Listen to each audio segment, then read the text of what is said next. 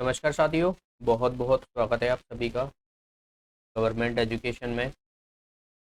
तो दोस्तों, इस वीडियो में हम देखने वाले हैं ITI TO के प्रीवियस ईयर के क्वेश्चन पेपर, यानी 2022 में इसका एग्ज़ाम हुआ था और इससे पहले हमने फर्स्ट शिफ्ट के देख चुके हैं। मैं यहाँ पर 25 नंबर के क्वेश्चन करा रहा हूँ, जो 25 नंबर जो नॉन टेक्निकल रहता, ठीक है।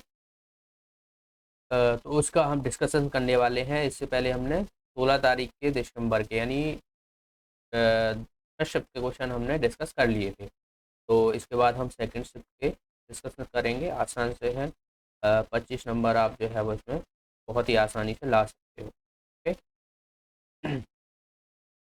चलिए स्टार्ट करते हैं।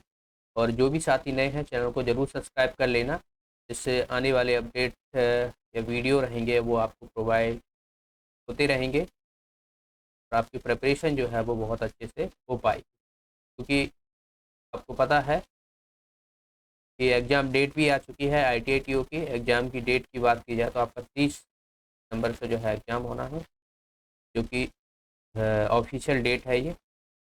देखिए, तो स्टार्ट करते हैं। थोड़ा मैं इसको बड़ा कर देता हूँ जिससे आपको प्रॉपर तरीके से देखेगा। यहाँ पर देखिए हमसे क्या बोला गया है पहले क्वेश्चन में, मानव जाति का राष्ट्रीय संग्रहालय या मनुष्य का संग्रहालय कहाँ पर स्थित है। ऑप्शन है यहाँ पर ग्वालियर, जबलपुर, इंदौर, और बात की जाए तो भोपाल। ओके, तो आसान सा प्रश्न है। आपको इसमें दो तीन तरीके से दरअसल जो है वो क्वेश्चन पूछ लिया जाता है। इंदिरा गांधी मानव संग्रहालय कहाँ पर है, वो पूछ लिया जाता है। तो थोड़ा सा ठीक है, या फिर आपसे मानव जाति संग्रहालय या मनुष्य का संग्रहालय जो है पूछ लिया जाता है। तो ये जो है आपको देखने को मिलेगा कहाँ पर, भोपाल में देखने को मिलेगा। इसका आंसर हो जाएगा हमारा डी ऑप्शन। भोपाल में बहुत सारी चीज़ें हैं। भोपाल में आपको पता हो तो भोपाल को भोज नगरी के नाम से जानते हैं। भोज नगरी के नाम से जानते हैं क्योंकि राजा भोज के द्वारा जो है यहाँ पर बताया गया था, जो कि परमार वंश के राजा थे। ये भी याद रखना है कि राजा भोज जो थे वो किस वंश से संबंधित थे, परमार वंश से संबंधित थे। ठीक है, आपसे ITI TO में जो जीके पूछी जाएगी नॉर्मल पूछी जाएगी, ज़्यादा डिफिकल्ट नहीं पूछी जाती है। ओके, तो इसका याद रख लेना। वहीं बात की जाए तो वन विहार नेशनल पार्क कहाँ पर है, वन विहार नेशनल पार्क भी आपको भोपाल में देखने को मिलेगा। एंड बात की जाए मिंटो हॉल, मिंटो हॉल कहाँ पर है, तो मिंटो हॉल ये भी भोपाल में है, पर मिंटो हॉल का नाम बदल के कुशाभाऊ कुशाभाऊ ठाकरे कर दिया गया है। कुशाभाऊ ठाकरे, ठीक है। एंड बात की जाए तो चमन महल हो गया, गौहर महल हो गया, ये सभी के सभी कहाँ पर देखने को मिलेंगे आपको, भोपाल में देखने को मिलेगा। बात की जाए तो यहाँ पर एक फतेहगढ़ का किला है, जो कि किसके द्वारा बनवाया गया था, दोस्त मोहम्मद खां के द्वारा बनवाया गया था। फतेहगढ़ का किला। ये सारे जो क्वेश्चन मैं यहाँ पर ये बता रहा हूँ, ये सभी किसी न किसी एग्जाम में आए हुए हैं। दोस्त मोहम्मद खां के द्वारा बनवाया गया था। ठीक, मोती मस्जिद हो गया, मोती मस्जिद पूछा जाता है कि ये कहाँ पर है। मोती मस्जिद जो है वो आपको देखने को मिलेगा भोपाल में ही। एंड इसका निर्माण किसके द्वारा गया बनवाया गया था, तो सिकंदर सिकंदर जहाँ बेगम के द्वारा बनवाया गया था, सिकंदर। जामा मस्जिद पूछा जाता है, जामा मस्जिद कहाँ पर है, जामा मस्जिद, तो ये भी आपको कहाँ पर देखने को मिलेगा, भोपाल में देखने को मिलेगा। तो देखिए बेगम के द्वारा जो है उसको बनवाया गया था। तो ये सभी के सभी याद रख लेना है, इम्पोर्टेंट है ये सभी के सभी। एंड एक चीज़ और याद रख लीजिएगा, 2-3 दिसंबर 1984 को मिथाइल आइसोसाइनाइड, जिसे हम भोपाल गैस ट्रेजेडी बोलते हैं, भोपाल ट्रेजेडी, जो कि मिथाइल आइसोसाइनाइड गैस का रिसाव हुआ था। और इससे बचाने के लिए क्या ऑपरेशन शुरू किया गया था, ऑपरेशन फेथ शुरू किया गया था, ऑपरेशन फेथ। ठीक है, NK सिंह आयोग की कमेटी के जो है गठन किया गया था। यूनियन कार्बाइड नाम की फैक्ट्री थी जिसके तहत जो है वो ये घटना देखने को मिली थी, जिसमें मिसाइल आइसोसाइनाइड गैस का रिसाव हुआ, जिसमें काफ़ी लोग जो है वो मारे गए। तो ये हो जाएगा हमारा। अगला क्वेश्चन देखिए, यहाँ पर पूछा गया है अजंता और एलोरा की गुफाएं भारत के किस राज्य में स्थित है? सभी को पता होगा, महाराष्ट्र में जो है वो स्थित है। इसका आंसर हो जाएगा हमारा बी ऑप्शन। अजंता जो है वो ये गुप्तकालीन गुफाएं देखने को मिलती हैं। अगले क्वेश्चन की तरफ बढ़ते हैं। अगला क्वेश्चन देखिए, यहाँ पर बात की जाए तो निम्नलिखित में से किस गवर्नर जनरल का संबंध डॉक्ट्रिन ऑफ लॉ से, हड़प नीति से संबंधित है? तो हड़प नीति जो है वो किसके द्वारा अपनाई गई थी, ये पूछा गया है।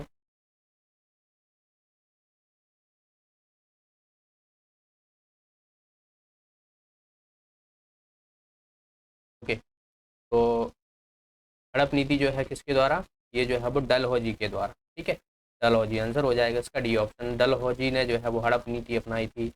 एंड बहुत सारी चीज़ें, दरअसल हड़प नीति क्या था कि एक साइमन कमीशन बनाया गया था। साइमन कमीशन बनाया गया था, और इसका काम क्या था कि ऐसे जागीर को ढूंढना था जहाँ पर उनका कोई वारिस ना हो।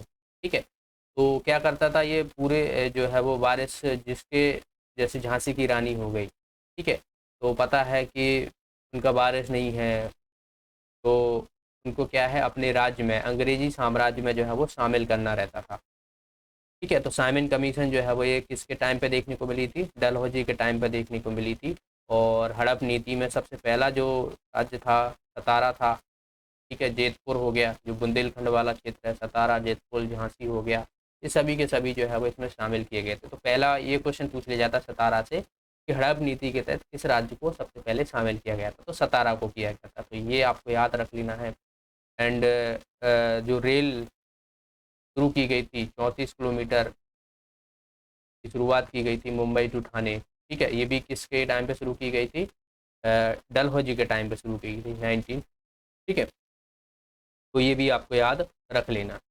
अगले क्वेश्चन की तरफ बढ़ते हैं। भारत संविधान में कुल कितनी अनुसूची हैं? कई बार हमने देखा है, सभी को पता होगा, 12 अनुसूचियां देखने को मिलती हैं। तो इसका आंसर क्या हो जाएगा हमारा? डी ऑप्शन जो है वो इसका आंसर हो जाएगा। सबसे पहले जो संविधान बना था उसमें 8 अनुसूचियां थी। देन उसके बाद जो पहला संविधान संशोधन हुआ था, ठीक है, पहला संविधान संशोधन हुआ था 1951 में, तो उसके तहत 9वीं अनुसूची जोड़ी गई थी। इसी तरीके से 10वीं अनुसूची जोड़ी गई थी। तो ये सब पूछ ली जाती हैं, 9वीं अनुसूची हो गई, 10वीं अनुसूची हो गई, जो कि 1985 के तहत देखने को मिली थी। 11वीं अनुसूची हो गई, जो कि जो 73वां संविधान संशोधन था। 12वीं अनुसूची हो गई, 74वां संविधान संशोधन था 1993 के तहत जो है ये चीज़ें देखने को मिली थी। तो अभी वर्तमान में जो है वो भारत के संविधान में जो है वो हमें 12 अनुसूचियाँ देखने को मिलती है। नेक्स्ट क्वेश्चन देखिए, ISSF का मुख्यालय जो है पूछा गया है आपसे कहाँ पर है? ISSF के मुख्यालय की बात की जाए तो ये आपको देखने को मिलेगा कहाँ पर है?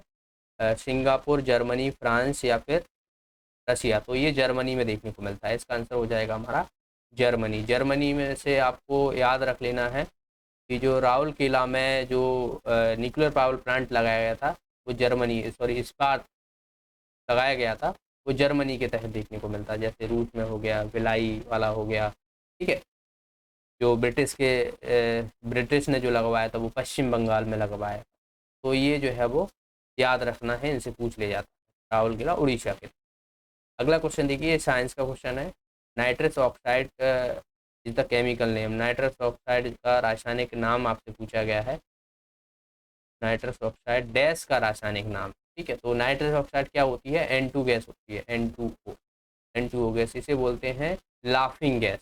ठीक है, लाफिंग गैस कहा जाता है इसको, लाफिंग गैस। तो जो गैस ये छोड़ देता है, अगर वो सूंघ ले तो वो उसको हंसी हंसी आने लगती है। टीयर गैस होती है, क्लोरीन रहता है उसमें, तो वो टीयर गैस रहती है। नेक्स्ट क्वेश्चन देखिए, विटामिन ए का नाम पूछा गया है आपसे। विटामिन ए को नाम से किससे जाना जाता है? एक ट्रिक याद रखिएगा, रथ, एक, टॉफी। ठीक है, ABCDE। रा से हो जाएगा रेटिनॉल, रेटिनॉल। ई से हो जाएगा, देखिए रा से हो जाएगा रेटिनॉल, जो कि विटामिन ए का नाम है। Okay, and B, vitamin B का बात की जाए तो थायमिन हो जाएगा। सी की बात की जाए तो एस्कॉर्बिक एसिड हो जाएगा, एस्कॉर्बिक एसिड। ठीक है, डी की बात की जाए तो कैल्सीफेरॉल हो जाएगा। ई की बात की जाए टोकोफेरॉल। लिक्विन जो है वो के का हो जाएगा, विटामिन के। तो रक्का का ज़माने में जो काम होती है विटामिन के जो रहती है ये रहती है। और विटामिन ए, रतौंधी वगैरह हो गई, आँखों में जो वीकनेस आती है रतौंधी हो गई, तो ये विटामिन ए की कमी से रहती है। तो इसलिए जो है वो हरी सब्जियाँ, गाजर, मूली, ये सब जो है वो प्रेफर करते हैं अगर किसी के आँखों में प्रॉब्लम। भूपर्पटी में सबसे प्रचुर मात्रा में पाए जाने वाली धातु कौन सी होती है? भूपर्पटी में देखिए, अगर वायुमंडल की बात की जाए तो सभी को पता होगा नाइट्रोजन जो है वो सबसे ज़्यादा पाई जाती है, 78% नाइट्रोजन पाई जाती है। ऑक्सीजन की बात की जाए तो 21%। ठीक है, इसमें वायुमंडल। लेकिन आपसे पूछा गया है भूपर्पटी, जो हमारा जो पृथ्वी है, जमीन है, भूपर्पटी है, अर्थ का क्रस्ट जो एरिया है, उसमें कौन सी धातु पाई जाती है? तो वैसे तो अगर देखा जाए तो धातु पूछी गई है। ठीक है, ऑक्सीजन पाई जाती है, फिर उसके बाद सिलिकॉन, फिर एल्यूमिनियम। ऑक्सीजन करीबन जो है 48% के करीबन जो है वो देखने को मिलती है। ठीक है, 27% के करीबन जो है वो सिलिकॉन देखने को मिलती है, वहीं 8% जो है वो आपको एल्यूमिनियम देखने को मिलती है। तो ये भूपर्पटी में जो है पाई जाती है। तो आंसर हमारा हो जाएगा सी ऑप्शन। सिलिकॉन जो है वो अर्ध धातु है, सेमीकंडक्टर जो है वो मेटल। ठीक है, चलिए अगला क्वेश्चन की तरफ बढ़ते हैं।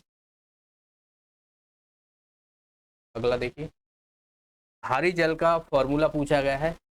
भारी जल का होता है ड्यू टू। देखिए, नॉर्मल से साइंस के क्वेश्चन पूछे गए हैं, ऐसा भी नहीं है बहुत डिफिकल्ट पूछे गए हों, क्योंकि मेन जो फोकस रहता है वो टेक्निकल का रहता है, टेक्निकल के ज़्यादा। और ये 25 क्वेश्चन आपके फ्री के नंबर भी कहे जा सकते हैं। आप किसी भी एग्जाम की तैयारी कर रहे हो तो इतना बेसिक नॉलेज सभी को होता है, तो आराम से जो है वो 25 में से आप 23-24 नंबर या 22 के नंबर जो है वो 20 प्लस नंबर आराम से ला सकते हो। पोजोमीटर का उपयोग क्या होता है? पोजोमीटर जो है वो वेरी लो प्रेशर के लिए यूज किया जाता है, जहाँ पर बहुत कम दबाव होता है उसका जो है वो यूज किया जाता है। ठीक है, तो इसका आंसर क्या हो जाएगा? हमारा बी ऑप्शन जो है वो इसका आंसर हो जाएगा, पीजोमीटर। अगला क्वेश्चन देखिए यहाँ पर, निम्नलिखित में से कौन सी मेमोरी क्षमता इकाई एक पेटा को दर्शाती है? पेटाबाइट। ठीक है, पेटाबाइट को दर्शाती है। तो मेमोरी यूनिट्स आप सभी को पता होना चाहिए। दरअसल देखिए, एक निबल बराबर होता है 4 बिट। 4 बिट, ठीक है, 4 बिट हो गया। एक बाइट बराबर होती है 8 बिट्स। ठीक है, बिट्स बाइट्स में अंतर है। बाइट जो लिखा होगा कैपिटल बी होगा, स्मॉल बी में जो लिखा होगा वो बात की जाए तो बिट्स रहेगा। तो ये थोड़ा याद रख लेना। और जैसे कि अगर मैं बात करूँ, एक KB किलो बाइट किसके बराबर हो जाएगी? तो 1024 बाइट के बराबर हो जाएगी। एक MB किसके बराबर हो जाएगी? 1024 KB के बराबर हो जाएगी। उसके बाद MB GB, 1 GB बराबर किसके बराबर हो जाएगी? 1024 MB के बराबर हो जाएगी, मेगाबाइट। और GB के बाद बात की जाए तो 1 TB, टेराबाइट जिसे हम बोलते हैं, वो 1024 GB के बराबर हो जाएगी। ठीक है, GB के बराबर हो जाएगी, 13 हो गया। वहीं बात की जाए पेटा आ जाएगा, एक पेटा किसके बराबर हो जाएगा? तो 1024 TB, टेराबाइट के बराबर हो। उसके बाद हेक्जा होता है, हेक्जाबाइट। एक हेक्जाबाइट किसके बराबर हो जाएगी? तो 1024 पेटाबाइट के बराबर हो। ये पेटाबाइट है TB के बराबर। उसके बाद हेक्जा को हेक्जा लिखते हैं, ऐसे लिखते हैं। तो कहीं भी अगर आपको 1024 EX लिखा मिल जाए, ठीक है, तो ये क्या होता है? EB लिखा मिल जाए, हेक्जाबाइट, तो ये मतलब होता है हेक्जाबाइट। हेक्जाबाइट बोलते हैं, हेक्जाबाइट बोलते हैं, दरअसल वो होता है हेक्जाबाइट। ठीक है, तो ये याद रख लेना है कि एक जेटा जेटा बाइट बराबर जो है वो किसके बराबर होता है? तो 1024 हेक्जाबाइट के बराबर होता है। मोस्टली आपसे यहीं से पूछी जाती है, इससे ज़्यादा आपसे नहीं पूछी जाती। जैसे कि यहाँ तक पूछ लिया आपसे, पेटा तक पूछ लिया है बस। ठीक है, जेटा तक अगर आपसे पूछ लिया जाए तो याद रख लेना, एक जेटा बाइट बराबर जो होता है वो 1024 हेक्जाबाइट होता है। अगला क्वेश्चन देखिए यहाँ पर, ये भी कंप्यूटर का ही क्वेश्चन है। इसमें बोला गया है कि दशमलव संख्या प्रणाली में प्रत्येक अंक को 0 से 9 तक पूर्णांक द्वारा व्यक्त किया जाता है। दशमलव प्रणाली क्या होती है? तो 0 से 9 तक किसको प्रेजेंट करते हैं? डेसिमल नंबर होती है। डेसिमल जो नंबर रहती हैं वो 0 से 9 तक रहती हैं, और डेसिमल को हम क्या 10 से डिनोट करते हैं। तो इसका आंसर क्या हो जाएगा हमारा? ये ऑप्शन जो है वो इसका आंसर। अगला क्वेश्चन देखिए हमारा, इसमें पूछा गया है कि इनमें से कौन C double E P ROM की विशेषता नहीं है। पहला ऑप्शन दिया हुआ है यहाँ पर, ये it is a volatile memory. Volatile memory, तो यही हमारा गलत हो जाएगा, ये विशेषता नहीं। ये वॉलेटाइल मेमोरी जो होती है वो रैम की रहती है। यहाँ पर तो ये रोम है, रैम की जो रहती है वो, रैम जो रहती है वो वॉलेटाइल मेमोरी रहती है, और जो रोम रहती है वो नॉन वॉलेटाइल। ठीक है, तो इसको याद रख लेना है। बाकी क्या, ये प्राइमरी मेमोरी होती है, ये सही है। और आगे देखिए क्या लिखा हुआ है यहाँ पर, इसके डाटा को इलेक्ट्रिक चार्ज की मदद से मिटाया जा सकता है।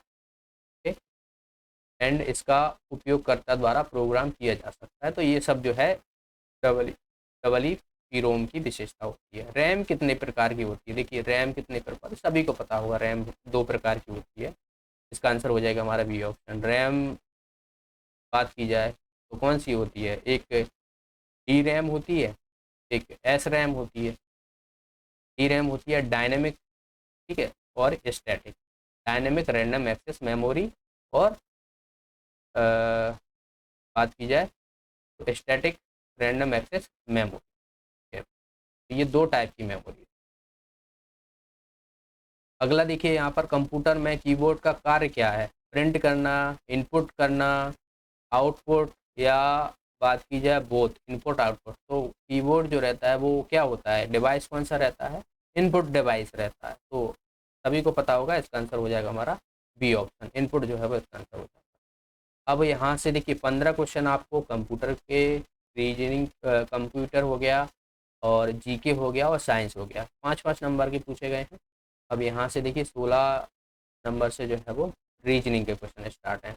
यहाँ पर हमें एक कोड दिया हुआ है ADHM, और इसका जो कोड बनाया गया है वो ये है। तो A से Z हो रहा है, D से W हो रहा है, H से S हो रहा है, M से N हो रहा है। तो ये अपोजिट हैं। A का अपोजिट Z होता है। अगर आपने ABCD को लाइन में लगा हुआ है, जैसे M का अपोजिट N होता है, ठीक है, H का अपोजिट S होता है। तो याद रखना, हाई स्कूल रख लेना याद, DU याद रख लेना। तो D का उल्टा W हो जाएगा। जंगल क्यून, तो जे का क्यू हो जाता है।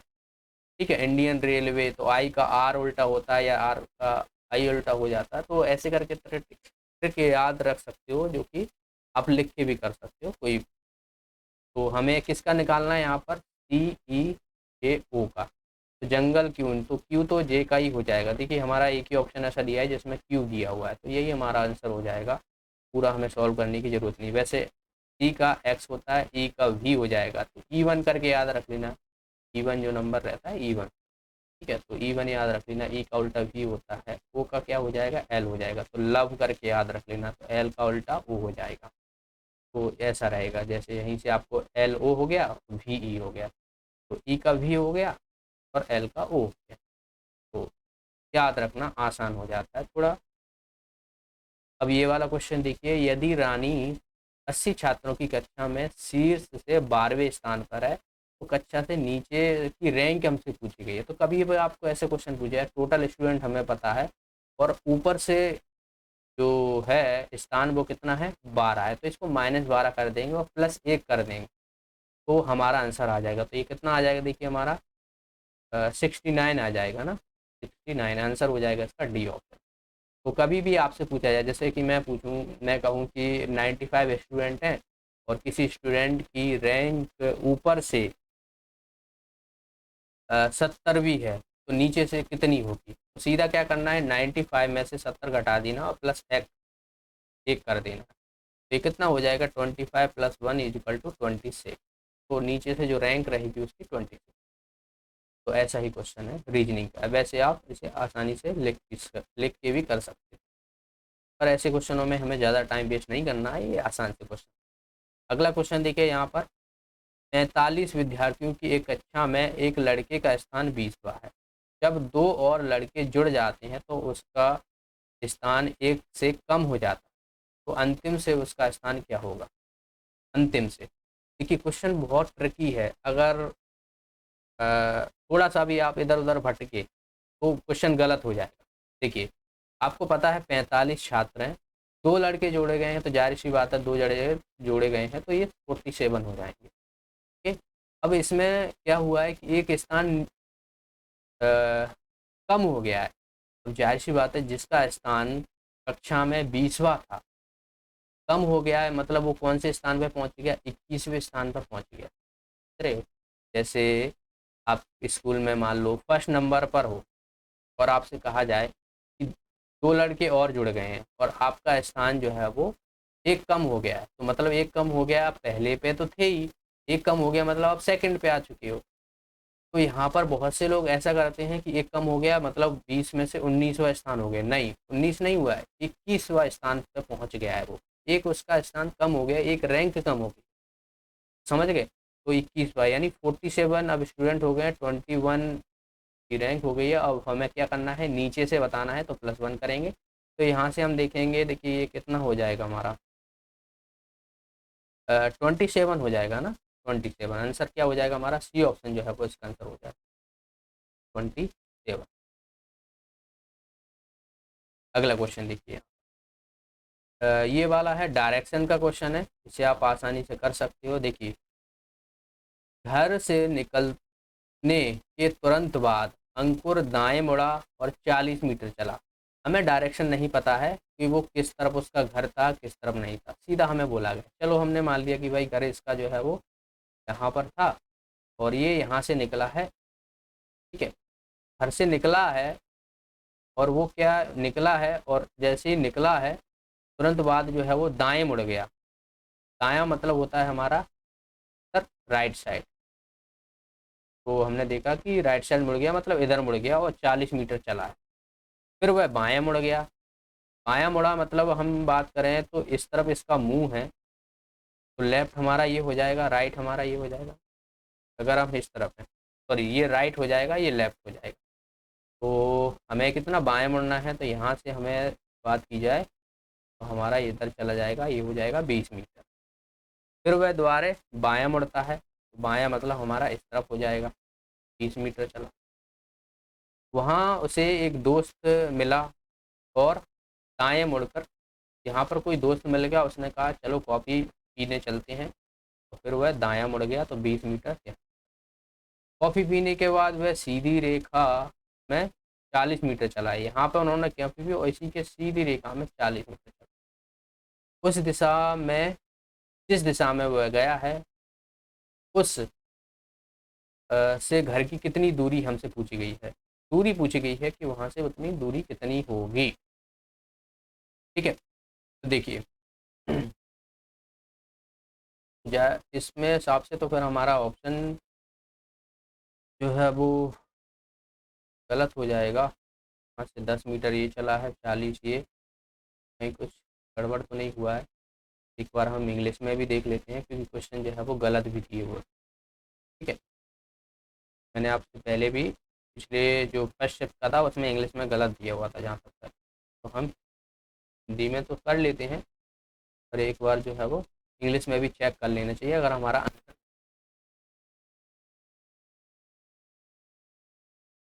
घर से निकला, राइट टर्न लिया है उसने, राइट टर्न लिया है, 40 चला है। देन उसने लेफ्ट टर्न लिया है,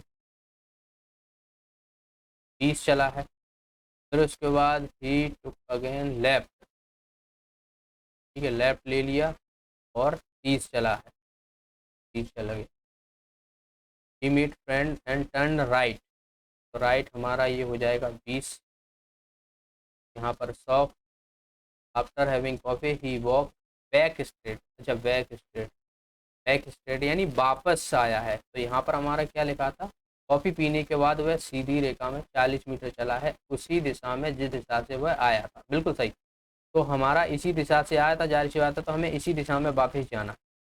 तो और कितना जाना है हमें, 40 चलना है। तो 20 यहाँ पर चलेगा और 20 फिर यहाँ पर चलेगा, यानी यहाँ पे आ जाएगा। देखिए 20 हमारा यहाँ पर था ही और ये भी 20 ही था, तो हम यहाँ पर आ चुके हैं। तो घर यहाँ से कितनी दूर है, अब ये वाली दूरी आप देखोगे तो ये तो 30 है, और जबकि ये 40 है, तो जाहिर सी बात है हमारा बचेगा कितना, 10 बचेगा।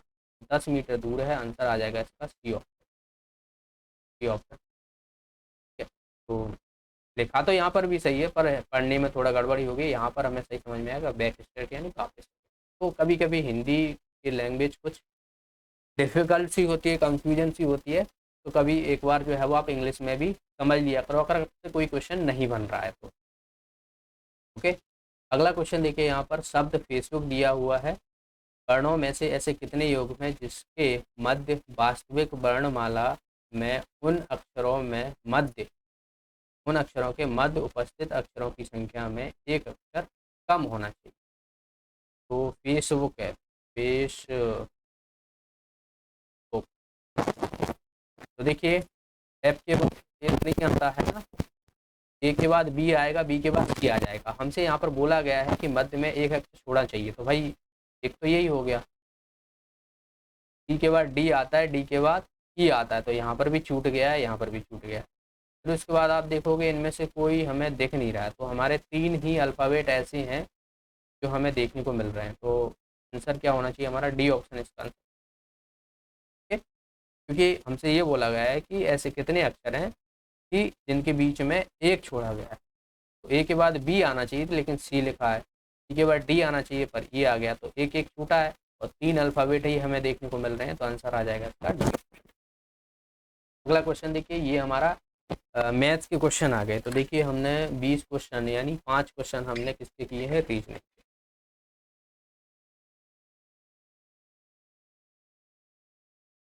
अब इसमें हमें आरोही आरोही यानी असेंडिंग ऑर्डर में देखना है, बढ़ते हुए क्रम में, है ना, असेंडिंग डिसेंडिंग। तो है तो वही सब में सेम, तो हम पहले इनको सॉल्व कर लेते हैं और उसके बाद फिर अरेंज कर देंगे। ठीक है, तो ये कितना हो जाएगा, 0.33। तो ये हो रहा है, डायरेक्ट डिवाइड कर सकते हैं हम, इतनी बड़ी संख्याएं नहीं है, वरना हम एलसीएम लेके ना, इन सब में एलसीएम आता है उनका मल्टीप्लाई। यहाँ पर कितना हो जाएगा, 0.2 ये हो जाएगा, 7 दूना 14, 6 बचेगा, 7 दूना 14, 6 बचेगा, 7 दूना 49, 7 8 56 यार। उसके बाद ये कितना हो जाएगा, 4 7 28, और इस तरीके से। तो इस हिसाब से तो हमारा बढ़ता हुआ क्रम क्या होना चाहिए, सबसे छोटी तो ये है, तो हमारा कहाँ से स्टार्ट होना चाहिए, यहाँ से होना चाहिए 1/5 से। देखिए हमारा ये 1/5 से स्टार्ट हो रहा है, ठीक है। उसके बाद 2.8 आना चाहिए, तो 2.8 यानी 2/7 हो गया। 1/3 आना चाहिए और लास्ट में हमारा 2.2, तो यही हमारा आंसर हो जाएगा, यानी हमारा आंसर आ जाएगा इसका सी ऑप्शन। सी ऑप्शन इसका आंसर हो गया, आसान था। ये वाला क्वेश्चन देख लेते हैं, 31 का स्क्वायर प्लस 21 का स्क्वायर माइनस का 11 का स्क्वायर है, तो इसको सॉल्व। 31 का स्क्वायर क्या होता है, 961 होता है। मैंने आपसे बोला था कि आप 50 तक स्क्वायर कर लीजिएगा तो ज़्यादा बेनिफिट रहेगा आपको, थोड़ा डायरेक्ट चीज़ें। इसका 441 होता है और 11 का तो सभी को पता होगा, क्या माइनस का 121 होता है। इनको सॉल्व कर लो, लास्ट में एक तो आना ही आना है। यहाँ पर कितना बचेगा, 2 बचेगा, यानी ये हो जाएगा 6 दूना 8, और यहाँ पर एक बचेगा 9 और 3 12, 1281 कहीं दिख रहा है, 1281, हाँ ये है ना, आंसर आ जाएगा इसका बी ऑप्शन। अगला क्वेश्चन देखिए, यहाँ पर दो घनों के आयतन का अनुपात हमें दिया हुआ है 216/125, तो कुल पृष्ठीय क्षेत्रफल का अनुपात हमसे पूछा गया है, क्या होगा। देखिए जो घन का आयतन होता है वो क्या होता है, ये क्यों होता है, क्योंकि उसकी भुजाएं जो रहती हैं वो सभी बराबर रहती हैं। तो एक घन मान लो हमने A1 का क्यूब और A2 का क्यूब, जो कि 216/125। तो हमें भुजा निकालनी है, तो जाहिर सी बात है क्यूब है तो इधर ये क्यूब आ जाएगा और इसको हम क्यूब रूट ले लेंगे। तो ये क्यूब रूट जब आप लोगे इसका, तो ये 216 किसका क्यूब रूट होता है, 6 का होता है। 6 का 3 बार मल्टीप्लाई करोगे तो 216 होता है, और ये 5 का होता है। तो हमने देखा कि A1/A2 बराबर 6/5 हो गया। अब हमें इसका क्या निकालना है, टोटल सरफेस एरिया का रेशियो निकालना है। टोटल सरफेस एरिया जो क्यूब का होता है वो होता है 6a²। 6a² होता है मतलब देखिए 6a1² अपॉन 6a2²। तो ये तो कट जाएगा, इन दोनों का ही स्क्वायर आएगा। तो इसका स्क्वायर करोगे तो 36 और इसका स्क्वायर करोगे तो 25 आ जाएगा। 36/25 यानी हमारा आंसर आना चाहिए इसका C option. Okay, C option इसका आंसर होना चाहिए। अच्छा, इसमें डी दिया है, गलत दिया है, ठीक है, ये गलत दिया हुआ है, आंसर जो आएगा हमारा सी ऑप्शन ही है। अगला क्वेश्चन देखिए यहाँ पर, ये भी हमारा टाइम एंड वर्क से क्वेश्चन है। ए बी सी अकेले कार्य को क्रम से 6, 8, 12 घंटों में पूरा कर सकते हैं। उन्होंने एक साथ कार्य किया और पूरा कार्य करने में उन्हें 9,000 रुपये मिले। तो उनका हिस्सा क्या होगा, ये पूछा गया है कि एबीसी का हिस्सा क्या होगा। ठीक है, सबसे पहली बात तो 9,000 जो उन तीनों को मिले हैं, तो वैसे चलो ऑप्शन से छोड़ो, सीधा आसान से ही कर लेते हैं। वैसे भी ए बी सी 6 घंटे काम, 8 घंटे और 12 घंटे, टोटल वर्क देखोगे यहाँ पर 24 हो जाएगा, एलसीएम ले लोगे। इसकी एफिशिएंसी जो होगी, जाहिर सी बात है जिसकी क्षमता ज़्यादा होगी उसको ज़्यादा पैसा मिलेंगे। तो हमें क्षमता निकालनी है, तो जाहिर सी बात है 6 चौक 24, 8 तिया 24 और 12 दूने 24, यानी आप देखोगे कि हमारी क्षमता आ चुकी है। टोटल क्षमता यहाँ पर तीनों की देखोगे तो कितनी हो रही है, 9 हो रही है। तो 9 यूनिट हमारी 9,000 के बराबर होगी, क्योंकि तीनों की क्षमता मिलाकर ही हमें 9,000 मिले हैं। तो एक यूनिट कितनी हो जाएगी, 1,000 हो जाएगी। अब हमें सबका निकाल लेंगे भाई, इसका कितना हो जाएगा, जब एक यूनिट की वैल्यू 1,000 है तो 4 की वैल्यू कितनी हो जाएगी, 4,000 हो जाएगी, इसकी 3,000 हो जाएगा रुपये और इसका 2,000। ठीक है, 4 3 2 कहीं है, आंसर आ जाएगा इसका डी। अगला क्वेश्चन देखिए यहाँ पर, x का मान ज्ञात करना है। थोड़ा छोटा लिखा हुआ, देखिए मैं यहाँ पे लिख देता हूँ, 2 की पावर 5x + 6 है equal to x equal to 8 की पावर 2x इंटू 8। देखिए यहाँ पर 2 है तो हमें इसको भी 2 में ही कन्वर्ट करना पड़ेगा, और 2 में आप कन्वर्ट करोगे तो 8 को हम कैसे लिख सकते हैं, 2 की पावर 3 लिख सकते हैं, बिल्कुल। तो 2 की power 5x + 6 is equal to, तो यहाँ पर जब आप 2 की पावर 3 करोगे तो इसमें मल्टीप्लाई हो जाएगा, तो ये कितना हो जाएगा, 6x हो जाएगा इंटू, और 2 की पावर ये 3 हो जाएगा। जब ये सेम रहती हैं तो घातें क्या हो जाती हैं, जुड़ जाती हैं। तो इसको हम ऐसे भी लिख सकते हैं, 2 की पावर 6x + 3। देखिए यहाँ पर भी 2 आ चुका है, बस इनके घातों को हमें सेम करना है, बराबर करना है। 5x + 6 is equal to 6x + 3। तो यहाँ से हम x की वैल्यू निकाल सकते हैं, 5x है, ये 6x है, एक x ही बचेगा यहाँ पर, और मैं इसको इधर ले लेता हूँ, x बचेगा, और इसको इधर ले जाएंगे तो ये 3 बचेगा। तो x की वैल्यू जो आ जाएगी वो 3 आ जाएगी, हमें x की वैल्यू ही निकालनी थी 3। ये ऑप्शन जो है वो इसका आंसर होगा। ओके, तो ये जो है वो 25 क्वेश्चन। उसके बाद जो है यहाँ से टेक्निकल स्टार्ट हो चुका है, ये हिंदी स्टेनो का पेपर था। तो खैर कोई भी पेपर रहे किसी भी ट्रेड से, लेकिन आपका जो 25 नंबर का रहेगा उसका लेवल जो है वो सबका बराबर ही। तो आपने देखा कि 25 नंबर कितना आसान है लाना, इतना भी डिफ़िकल्ट नहीं है। तो आई होप आपको वीडियो पसंद आया होगा। कोई भी डाउट है कमेंट बॉक्स में पूछ सकते हो, और अगर आप चैनल पे नए हो तो चैनल को जरूर सब्सक्राइब कर लेना, जिससे आने वाली अपडेट आपको मिलती रहेगी, प्रॉपर वीडियो आपको मिलते रहेंगे। आपका रिस्पॉन्स किस तरीके से मिलता है उस पर भी डिपेंड करता है, तो आप इस वीडियो को शेयर करोगे, ज़्यादा से ज़्यादा लोग तक पहुँचाओगे, तो मुझे भी मोटिवेशन मिलेगा, मैं और वीडियो जो है वो जल्द से जल्दी ये सारा जो है वो पेपर जो है कंप्लीट कराऊँगा। ठीक है, मिलते हैं नेक्स्ट वीडियो में, बहुत बहुत धन्यवाद।